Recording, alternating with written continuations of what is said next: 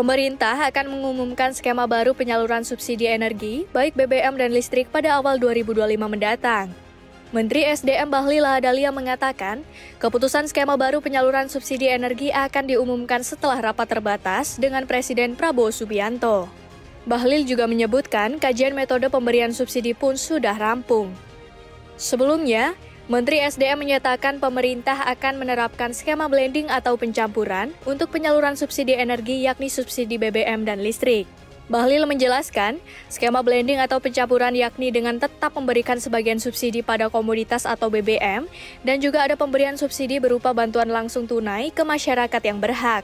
Namun demikian, untuk pemberian subsidi kepada barang atau BBM, akan ada kriteria tertentu yang masih mengizinkan masyarakat untuk mengisi BBM bersubsidi.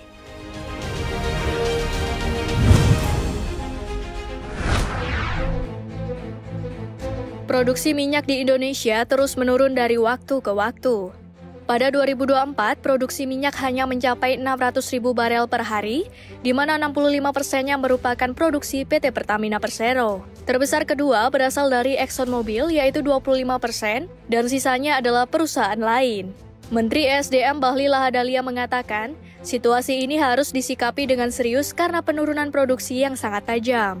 Bahlil menyampaikan, pada tahun 1995 produksi minyak mencapai 1,5 juta barel per hari dan konsumsi 600 barel per hari. Namun saat ini, konsumsi telah menembus 1,6 juta barel per hari dengan konsumsi terbesar di sektor transportasi dan industri. Oleh karena itu, untuk memperkuat ketahanan energi nasional, Bahlil akan membangun penyimpanan cadangan minyak mentah Indonesia di dekat Singapura.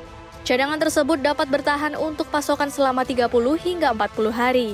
Tak hanya itu, Kementerian SDM juga membentuk Satgas untuk mengenjot produksi migas di tanah air, serta membentuk tim bersama Kementerian Investasi untuk memeriksa progres pembangunan kilang Refinery Development Master Plan di Balikpapan yang tak kunjung selesai.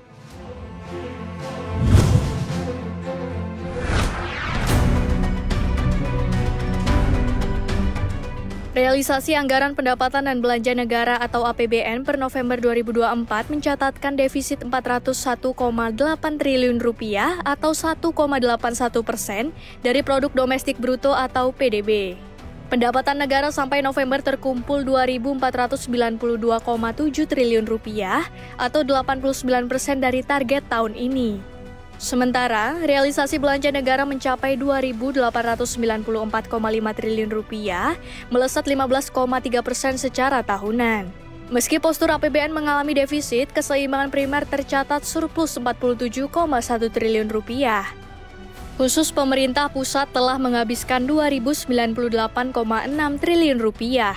Realisasi tersebut meliputi belanja kementerian lembaga 1.049,7 triliun rupiah dan non-kementerian lembaga 1.048,9 triliun rupiah. Wakil Menteri Keuangan Swahasil Dazara menyatakan, belanja kementerian lembaga terdiri dari pelaksanaan pemilu, penyaluran berbagai program bantuan sosial, sarana dan prasarana, pertahanan dan keamanan, pembangunan infrastruktur dan pembayaran gaji ASN, TNI atau Polri.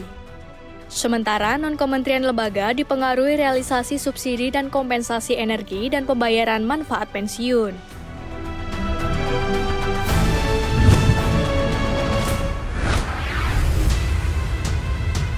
Menteri Investasi dan Hilirisasi Kepala BKPM Rosan Ruslani menjelaskan, Indonesia perlu dukungan investasi senilai 13.528 triliun rupiah dalam 5 tahun ke depan untuk mencapai pertumbuhan ekonomi 8%. Menurut Rosan, investasi menjadi motor penggerak utama untuk mencapai target pertumbuhan ekonomi.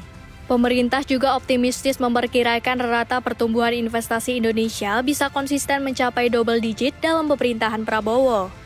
Adapun realisasi investasi Indonesia hingga kuartal 3 tahun 2024 telah mencapai 1.261,43 triliun rupiah atau 76,45% dari target 1.600 triliun rupiah. Rosan menyampaikan, pemerintah menargetkan investasi pada 2025 mendatang mencapai 1.906 triliun, kemudian naik lagi menjadi 2.200 triliun pada 2026.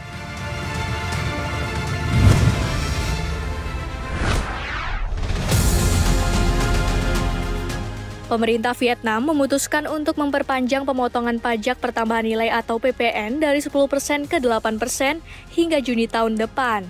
Hal ini resmi berlaku setelah Majelis Nasional menyetujui perpanjangan pengurangan tersebut.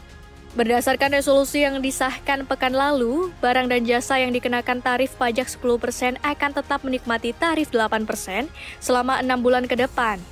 Pengurangan PPN tidak berlalu untuk real estate, sekuritas, perbankan, telekomunikasi, informasi dan teknologi, batu bara, bahan kimia, serta produk dan jasa yang dikenakan pajak konsumsi khusus.